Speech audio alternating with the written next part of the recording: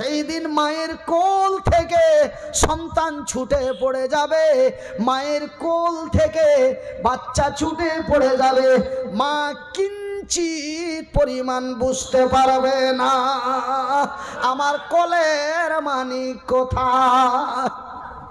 কি ভয়াবহ দিন আমাদের কাছে আসছে বাবা।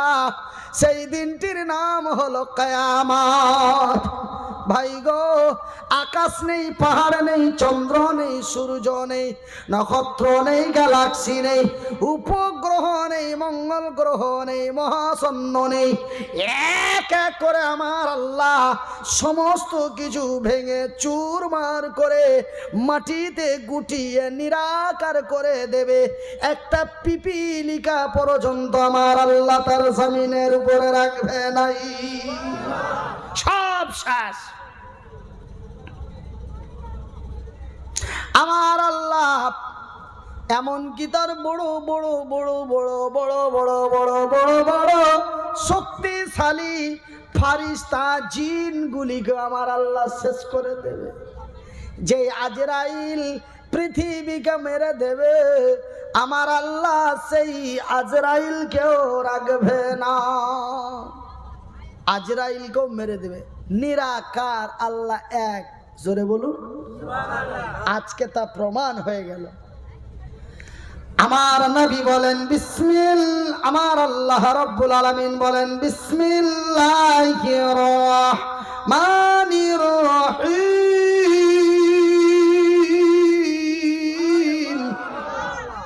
আপনারা আমার সাথে পড়ার চেষ্টা করুন। কুল্লুহু ওয়াল্লাহু আহাদ আল্লাহুস সামাদ লাম ইয়ালিদ ওয়া লাম ইউলাদ ওয়া লাম ইয়াকুল লাহু কুফুয়ান আহাদ। ওগো নবী বলে দাও কাকে বলবো, কাকে বলবো? আমার আল্লাহ বলেন সমস্ত মানুষকে বলে দাও, পৃথিবীর মানুষকে বলে দাও তিনি এক, তিনি একক, তিনি একা, তার মুখ ফিকি আর কোনো উপাস্য নাই। আজকে আমার আল্লাহ একা, আর কেউ নাই, আর কেউ নাই, আর কেউ নাই। শেষ, সব শেষ। এবার আমার আল্লাহ তার ক্ষমতা দাপট দেখিয়ে বলবে এই দুনিয়া আইনা সাজারফি, পৃথিবী জবাব দে তোর উপরে যেই সাজানো গাছগুলি ছিল সেই গাছগুলি কোথায়? ক্ষমতা কার? ক্ষমতা কার? তোরা যে ভেবেছিলি বট গাছের বড় ক্ষমতা, তোরা বট গাছের চতুর্দিকে সিঁড়ি বেঁধে লাল কাপড় লটকে বট গাছের যে বলছি কিছু দে। আজকে গাছগুলি কোথায়? ক্ষমতা কার? এই মুসলমানের বাচ্চারা, আমি অমুসলিমদের বলতে চাই না, এই মুসলমানের বাচ্চারাও বট গাছের কাছে যায় আর বট গাছের নিচে বসে বট গাছকে প্রাধান্য দেয়। আমি কি বেশি বলে দিলাম বাবা? আমার নিজের চোখে দেখা কোচবিহার ডিস্ট্রিক্ট বলে নাম আছে, সেই কোচবিহার ডিস্ট্রিক্টের আপনার মাথা ভাঙা সিতাই শীতলকুচি থানার মধ্যে এক জায়গায় 5টা বট গাছ আছে। ওরা ওখানটাকে 5 পীর বলে সম্মান শ্রদ্ধা জানাচ্ছে। আমি গেলাম ওই এলাকায় ওয়াজ করতে। আমি ভাবলাম যে 5 জন আল্লাহর ওলি এখানে শুয়ে আছে, যেই যাই একটু মাজার দর্শন করে আসি। এই মামুর বেটারা, মামুরা বলছে হুজুর এখানে কোনো আল্লাহর ওলি শুয়ে নাই। তবে 5 পীর কেন বলিস? বলে যে কি আমার 14 পুরুষ আমার বাবা দাদুদের আমলে এক জায়গাতেই মানে এই যে প্যান্ডেলটা আছে এতটুকুন জায়গার মধ্যে 5টা বট গাছ। তখনকার মানুষ একটু বেশি বুঝতো, তো ওনারা ভাবলেন যে কি নিশ্চয় এখানে কোনো আল্লাহর ওলি বা এখানে কোনো আল্লাহর মুসলেহাত আছে, আর না হলে এক জায়গাতে 5টা বট গাছ কেন বের হবে। এই জন্য আমরা এই জায়গাটাকে প্রাধান্য দিয়ে এখানে আমরা সিজদা জ্ঞাপন করি। আমাদের কিছু চাওয়া পাওয়া মনের কথা এসে 5 বট গাছকে বলি, আমি বলি তোদের উপরে আল্লাহ লানত পড়ুক।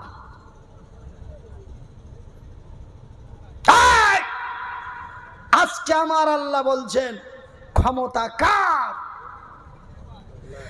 এই দুনিয়া আইনা সাজার ফি, হে পৃথিবী জবাব দে।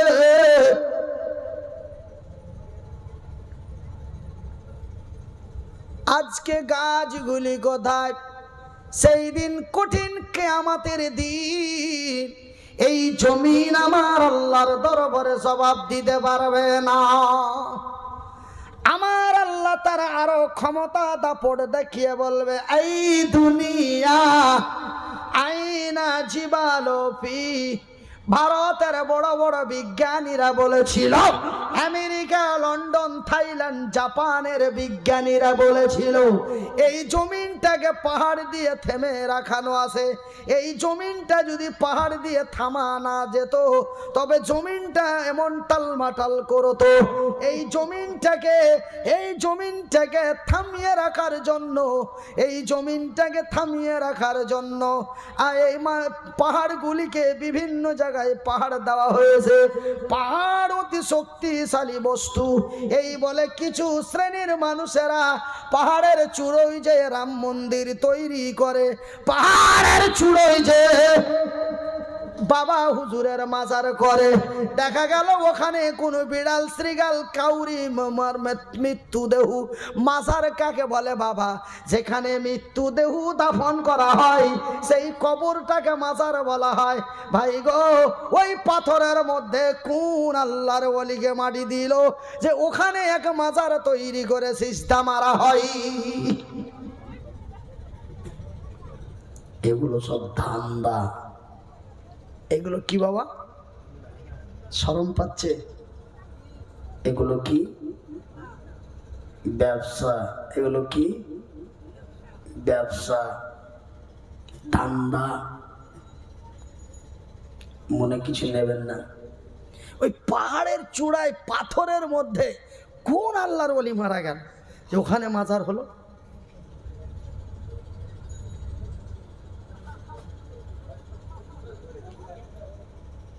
আমি সেই সব কথাগুলি আপনাদের বলতে চাই না বাবা।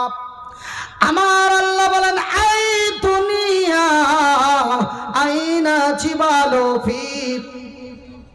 আমি একটু কুলের কথা খুলে বলি বাবা, ওই জন্য আমার দাওয়াত কেউ নিতে চাই না, আর আমি দাওয়াতও তেমন পাই না। তবে 4 বছর আগে কিন্তু নাম্বার লাগে না বাবা, আপনাদেরই দোয়া। এই কুলের কথা খুলে বলার জন্য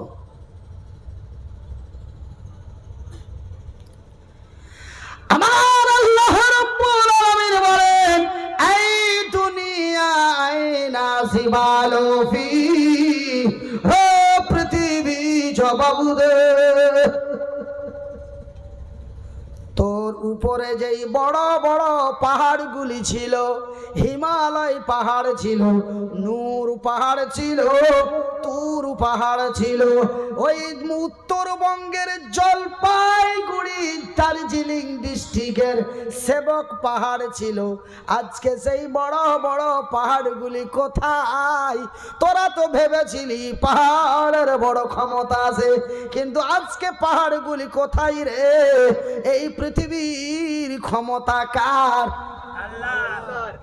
ভাইজান, আমার আল্লাহ অতি রাগে রাগান্বিত হয়ে তার শক্তি শক্তি ক্ষমতা দেখিয়ে বলবে, এই দুনিয়া আইনা আসগার ফি, রে পৃথিবী জবাব দে, রে পৃথিবী জবাব দে, তোর উপরে যে স্বৈরাচারগুলি ছিল, যারা নিজেকে বড় ডন মনে করতো, যারা নিজেকে বড় ভিলেন মনে করতো, যারা নিজেকে বড় দাদা মনে করতো, কেউ বলতো আমি বাঙালি টাইগার, কেউ বলতো আমি আমেরিকান ডন, বলতো না?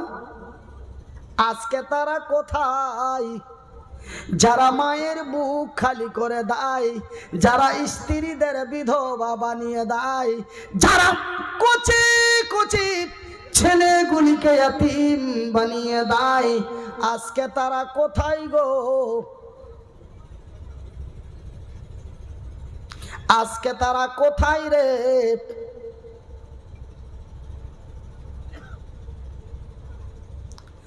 আমার ভাইরা, আমার আব্বা জান, সোনার চানের আপ, আমার শিক্ষিত বুদ্ধিজীবী বন্ধু, আমি মনিরুদ্দিন আপনাদের বলি ভাই, সেই দিন আমার আল্লাহ ছাড়া আর কোনো উপায় নাই।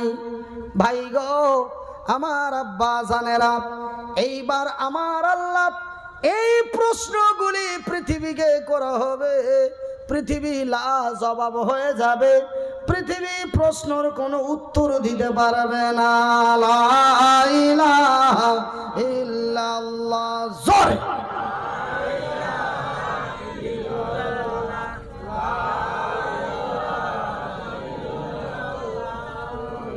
এ মোহাব্বত দিয়ে লা,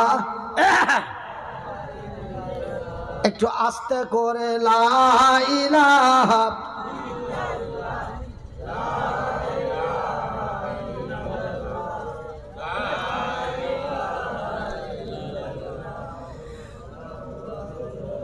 আমার ভাইরা, আমার পর্দা নাসিন মাইরা, শুনে যাও রাতের বেলা, এবার আমার আল্লাহ সমস্ত গুটিয়ে সটিয়ে দেওয়া এই জমিনটাকে পুনরায় তৈরি করবে।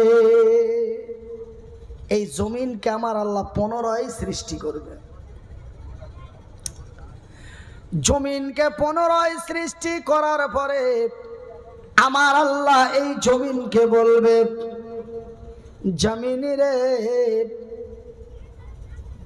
আমি সিম্পল একটা কথা বলি আপনাদের, ছোট্ট একটি এক্সাম্পল। আপনারা আমাকে 9 মাস 6 মাস আগে দাওয়াত করেছেন। কতদিন আগে দাওয়াত করেছেন? 6 মাস আগে, 9 মাস আগে দাওয়াত করেছেন। আমি আপনাদের দাওয়াতে জলসায় এসেছি। আপনারা আমাকে সেই মেন রোড থেকে আগমন করে মহব্বত করে নিয়ে আসলেন। নিয়ে আসার পরে নানান খাবার খাওয়াইলেন, বিরিয়ানি খাওয়াইলেন, গোস্ত রুটি খাওয়াইলেন, না জানি কত কি খাওয়াইলেন। খাওয়ার পরে খাওয়া হলো, আপনারা আমাকে খেতে দিলেন, আমি তা খেয়ে নিলাম। কিন্তু ওয়াজের শেষে আপনারা আমাকে এসে বলছেন, মনি কমিটির ছেলেরা বলে, হুজুর আপনাকে যাহা খাইয়েছি তাহা ফিরিয়ে দে। কেন? বলে হুজুর আপনার ওয়াজ শুনে ভালো লাগে নাই। আপনার ওয়াজ শুনে ভালো লাগেনি, আপনারে যা খাওয়াইছি আপনি তা ফিরিয়ে দেন। আমি পারবো বাবা? ফিরানো যাবে? জোরে বলুন। আমি বলবো রে আমার বন্ধু বর্গের, লক্ষ কোটি টাকা জরিমানা দিতে পারি রে, নিজের জীবনটা শহীদ করে দিতে পারি রে, কিন্তু যাহা খেয়ে নিয়েছি তাহা ফিরিয়ে দিতে পারবো না। কেন? তোমরা তো আমারে জমা রাখতে দাও নাই, তোমরা তো আমারে খেতে দিয়েছো, আমি তাহা খেয়ে নিয়েছি। আমার আল্লাহ এই জমিনকে বলবে, ওরে জমিন, তোর তোর পেটের ভিতরে যা কিছু আছে আমারে ফিরিয়ে দে। অনেকেই ছেলেরা বলে, কি বলে, বলে জীবনে আছে কি মরেই গেলে তো হাড্ডি নাকি? বলে জীবন, জীবন মানে বুঝছেন জীবনী, বেঁচে থাকার মধ্যে আছে কি? মরে গেলেই তো হাড্ডি। আমাদের উত্তরবঙ্গের ভাষা, জীবনে আছে কি মরে গেলে হাড্ডি। হাড্ডি মানে হাড়। জীবনে আছে কি মরে গেলে হাড্ডি, খাইলাম দাইলাম 2 দিনের দুনিয়া মজা নিলাম, মরে গেলাম পচে গেলাম সরে গেলাম, মাটির সঙ্গে মিশিয়ে গেলাম, গল্প শেষ। এর মধ্যে আবার ওয়াজের কি আছে বাবা? আমি বলি পাগলেরা, একটা ছেলে এই ভাষাই ব্যবহার করছে, জীবনে আছে কি মরে গেলেই তো হাড্ডি, খাইলাম দাইলাম মজা নিলাম, মরে গেলাম পচে গেলাম সরে গেলাম, জীবনে মাটির সাথে মিশিয়ে গেলাম। না রে বাবা না, অমুসলিমেরা মৃত্যু দেহকে পুড়িয়ে ছাই করে উড়িয়ে দেয়। ভাই বলুন তো, ছাইটা আকাশের উপরে যায় না 15ই জমিনে শোষণ করে? বলুন তো ভাই।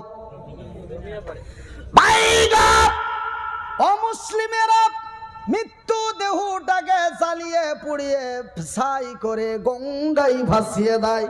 ভাই বলুন তো, ওই ছাইটা পানিতে শোষণ করে না, মাটি তার শোষণ করে? তবে ভাই জান, আপনি ভাবিয়েন না মরে গেলাম পুড়িয়ে ছাই করে উড়িয়ে দিল। না রে না, 15ই তুই আল্লাহর জমিনের মধ্যেই জমা হয়ে গেলি।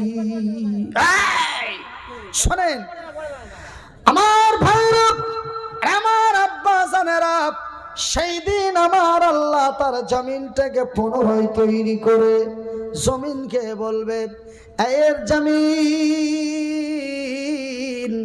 মনিরুদ্দিন বেঈমান, আব্দুল্লাহ বেঈমান, আব্দুর রহিম বেঈমান, আব্দুর রশিদ বেঈমান, আব্দুল খালেক চিটার, আব্দুল মালিক দালাল, কিন্তু জমিন রে তুই আমার সাথে বেঈমানি করিস না। আমি আল্লাহ তোরে সৃষ্টি করেছি এবং আমি আল্লাহ তোরে বলি, জমিন রে তোর পেটের ভিতরে যাহা কিছু আছে আমারে উগলে দে, আমারে উপস্থিত করে দে, আমাকে ফিরিয়ে দে। আমি আল্লাহ তোরে খেতে দি নাই, আমি আল্লাহ তোরে আমানত দিয়েছি, তুই আমানতের খেয়ানত করতে পারিস না। ভাই গো, এই কথা আমার আল্লাহ যখন তার জমিনকে বলে দেবে, জমিন তার উগলে দেবে, বিসমিল্লাহির রহমানির রহিম, ওয়া ইযাল কুবুর বুসিরাত। কবর তার উগলে দেবে, মাটি তার উগলে দেবে, কবর তার উগলে দেবে, মাটি তার উগলে দেবে।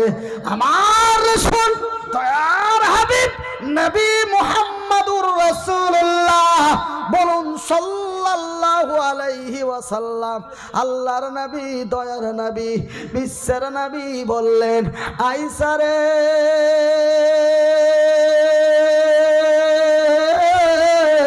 সেই দিন আমার আল্লাহর যখন অর্ডার হয়ে যাবে রে, সেদিন জমিন উগলে দেবে। আর জমি এক একটি কবরের ভিতর থেকে, একটা কবরের ভিতর থেকে, এক একটি কবরের ভিতর থেকে শত শত হাজার হাজার লক্ষ লক্ষ কোটি কোটি মানুষ একটা কবরের ভিতর থেকে বাড়াবে, তবে আল্লাহর জমিনে কতগুলি কবর আছে বলতে পারবেন বাজান? বলা যাবে? একটি কবরের ভিতর থেকে শত শত কোটি কোটি লক্ষ লক্ষ জীব জন্তু কীট পতঙ্গ তারা কবরের ভিতর থেকে উঠে পাগলের মতো হাসরের ময়দানের দিকে দৌড়াতে থাকবে। বাজানারে, আমি মনিরুদ্দিন হাসরের ময়দান দেখে এসেছি। আপনারা মনে মনে ভাববেন, তবে কি হুজুর আপনি মরে আবার জিন্দা হয়েছেন নাকি? আমি কি বললাম? আমি মনিরুদ্দিন হাসরের ময়দান দেখে এসেছি।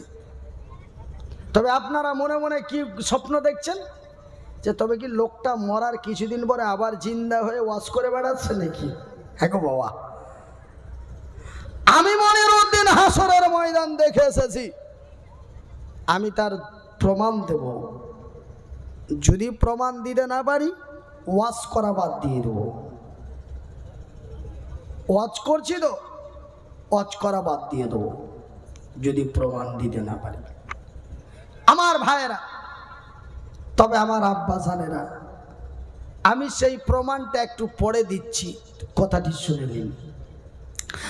আমার ভাইয়েরা, হযরত আয়েশা, আমার রাসূল বলেন, আয়েশা রে, আমি সেই দিন আমার আল্লাহর অর্ডার মোতাবেক মানুষ পাগলের মতো কবরের ভিতর থেকে উঠবে আর পাগলের মতো হাসরের ময়দানের দিকে দৌড়াতে থাকবে। ভাই গো, আপনি মায়ের পেট থেকে এসেছিলেন সোয়েটার গায়ে দিয়ে না জুব্বা গায়ে দিয়ে? খালি গায়ে, লুঙ্গি পরে না, পায়জামা পরে, অলঙ্গ ন্যাংটা অবস্থায়। আমি যেই দিন আল্লাহর জমিনে আসি সেই দিন আমার পরনে কিছুই ছিল না, আমার শরীরে কিছুই ছিল না, আমার শরীরে শুধু ছিল আমার মায়ের রক্ত মাখা। আমার মায়ের রক্ত মাখা শরীর নিয়ে আমি আল্লাহর জমিনে এসেছি। আমার পরনে পায়জামা, পাঞ্জাবি, লুঙ্গি, টি শার্ট কিচ্ছু ছিল না। আমার ভাইরা, তবে আমি মনিরুদ্দিন, আমরা মায়ের পেট থেকে রক্ত মাখা শরীর নিয়ে উলঙ্গ হয়ে এসেছি।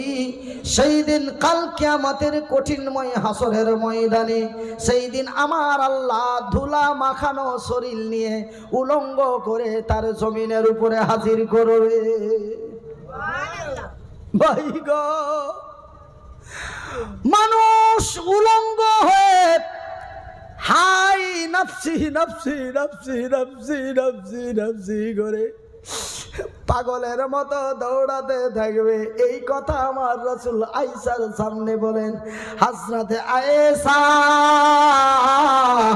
নবীর বিবি সাহেবা, নবীকে বলেন, ইয়া রাসূলুল্লাহ, ইয়া হাবিবাল্লাহ, নবী গো, আমার অঙ্গ প্রত্যঙ্গ, ইয়া রাসূলুল্লাহ, সেই দিন কাল